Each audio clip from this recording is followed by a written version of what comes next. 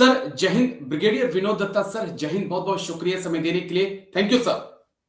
जय हिंद Rajesh, thank you. Thank you sir, आपने समय दिया। हैप्पी वेटरन्स डे सर, साथ ही में, और हैप्पी आर्मी डे भी साथ में, दोनों ही चीजें सर एक साथ में।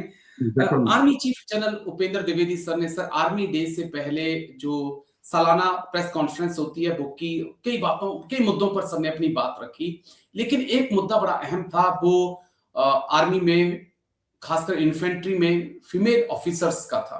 सर ने उसमें अपना पॉइंट ऑफ व्यू क्लियर किया कि आने वाले वक्त में हो सकता है, आज आर्मड में हैं, आरटी में फीमेल ऑफिसर्स आ रही हैं, इन फ्यूचर्स वो इन्फेंट्री में भी आ सकती हैं। कैसे हम इस रोल को देखते हैं, क्या चुनौतियां होंगी, और क्या इन्फेंट्री या आरटी इसके लिए तैयार है, क्योंकि हमें ओपी में एज ए ओपी ऑफिसर हमें इन्फेंट्री के साथ ही काम करना है, तो कितनी चुनौतियां होंगी सर? देखिए राजेश, ये एक अच्छा स्टेटमेंट है जो chief of the army staff की तरफ से आया है। लेकिन इसमें देखिए, इंजीनियर्स में लेडी ऑफिसर्स हैं, आर्टिलरी में अभी 2 साल से इंडक्ट हुई हैं, आर्मड कोर में लेडी ऑफिसर्स हैं, लेकिन इन्फेंट्री में थोड़ा सा आर्मी इसके ऊपर डेलिब्रेशन कर रही थी, और अब chief of the army staff ने कहा है कि यस, इसके ऊपर गंभीरता से विचार किया जा रहा है, क्योंकि पहले तो देखिए केवल सर्विसेज में ही लेडीज को इंडक्ट किया गया था। 1992 में प्रिया झिंगन सबसे पहले लेडी ऑफिसर थी। अब इतने साल गुजर गए हैं तो उन्होंने जो लेडीज की परफॉर्मेंस है वो काफी अच्छी रही है, और जब से परमानेंट कमीशन दिया गया है अब काफी यूनिट्स, करीब 200 से ज्यादा लेडी ऑफिसर्स हैं जो कमांडिंग ऑफिसर रोल में हैं। सपोर्टिंग आर्म्स में उनका इंडक्शन ऑलरेडी हो चुका है, लेकिन हाँ, इन्फेंट्री में अभी जो मतलब उनमें क्योंकि पैरा ब्रिगेड में लेडी ऑफिसर्स इंडक्ट हो चुकी हैं, चाहे वो ऑर्डिनेंस पैरा ओएफपी हो या एएमसी हो, तो जब वो मैरून बैरेट पहन सकती हैं तो वो इन्फेंट्री में भी अपना जो सर्विसेज हैं उनको दे सकती हैं। लेकिन थोड़ा सा इसे सेलेक्टिव, क्योंकि एनडीए से जो महिलाएं गई थी वो मतलब 6 महीने में वहां से पास आउट हो जाएंगी। इस जून में पासिंग आउट परेड होगी, तो आईएमए से पहला एनडीए का बैच निकलेगा, तो उनको एप्टीट्यूड के हिसाब से उनको इंडक्ट करना चाहिए। और इनिशियली उनको जैसे कॉम्बैट, बिल्कुल जो कहते हैं ना फॉरवर्ड एरियाज में कॉम्बैट रोल, मतलब हालांकि इन्फेंट्री तो पूरा ही कॉम्बैट रोल है, लेकिन उनको पहले मतलब ज्यादा सेंसिटिव एरियाज में डिप्लॉय न करके इसकी एक एफिकेसी स्टडी होनी चाहिए, और उसके बाद जैसे अमेरिकन आर्मी में बिल्कुल वो कंधे से कंधा मिला के काम करती हैं अपने जो मेल ऑफिसर्स हैं, तो वहां उसके बाद उसका लेटरल इंडक्शन हो सकता है। इसके लिए हमारे जवान अभी तैयार हैं या वक्त लगेगा? माइंडसेट बहुत बड़ी चीज होती है, खासकर इन्फेंट्री का। और अगर आप पीस में भी हैं, तो अगर आप राजस्थान में, पंजाब में या कहीं पर भी जाते हैं, जब आप एक्सरसाइज में निकलते हैं, खासकर इन्फेंट्री में, तो वहां पर आप अफसर को जवानों के साथ ही वहां पर स्लीपिंग बैग में सोना भी है, उनके साथ सुबह उठना है, वॉशरूम भी जाना है, उसी डब्बे में शेविंग करके साथ में निकलना भी है। क्या इसके लिए हम तैयार हैं? देखिए, हो चुकी है।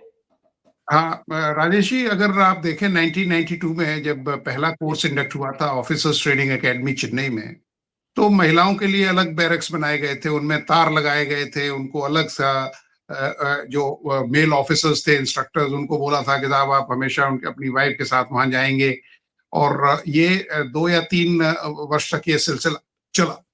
उसके बाद अगर आप देखें तो अब जो मेल ऑफिसर्स हैं या जो ऑफिसर कैडेट्स हैं और जो फीमेल ऑफिसर कैडेट्स हैं, अब उनकी ट्रेनिंग बिल्कुल बराबर होती है। एक ही प्लेटून में वो मतलब उनको डिवाइड किया जाता है, तो अब अलग कोई कोर्स नहीं चलता। हालांकि फिजिकल स्टैंडर्ड्स थोड़े अलग हैं, क्योंकि बायोलॉजिकली दोनों मेल और फीमेल थोड़े से मुख्तलिफ हैं, तो लेकिन ट्रेनिंग अलहदा नहीं हो रही है, तो वो एक ही बैरक्स में रह रहे हैं। ठीक है, एक ही ऑफिसर्स बेस पे भी आप देखिए, अब कोई ऐसा नहीं। बिल्कुल।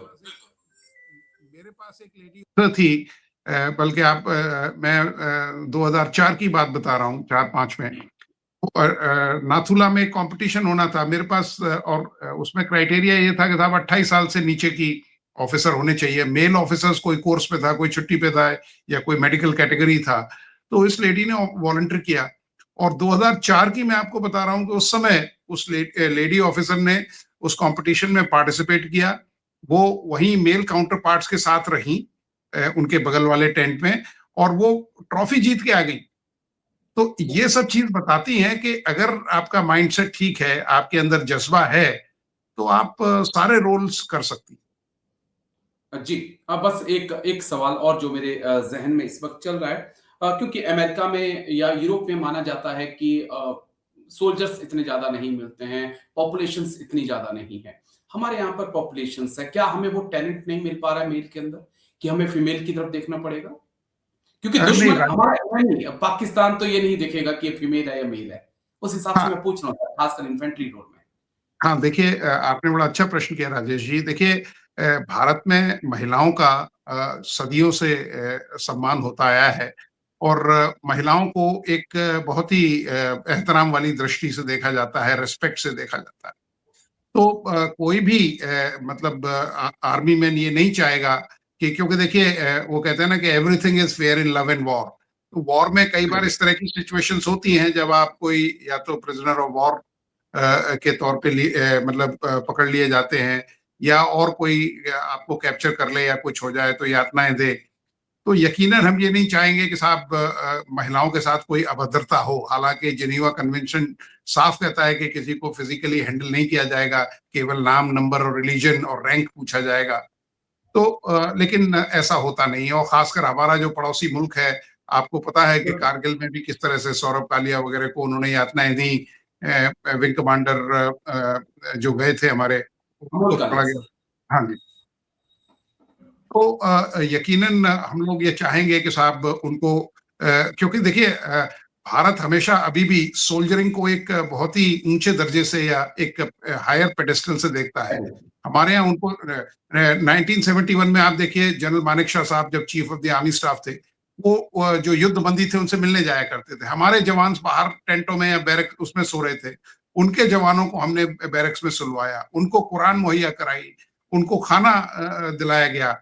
और जब मानेकशॉ साहब गए थे पाकिस्तान में, तब वो गवर्नर पंजाब के पास खाना खा रहे थे, तो उन्होंने कहा था कि साहब कुछ मेरा स्टाफ आपसे मिलना चाहता है। तब उन्होंने कहा था कि साहब मेरे 5 लड़के आपकी फौज में कैद थे, और वो आके बताते हैं कि किस तरह से भारत में हमारा मतलब हमको रेस्पेक्ट दी गई। और हम ये कभी नहीं कहेंगे कि मतलब भारतीय सेना खराब है या हिंदू खराब है।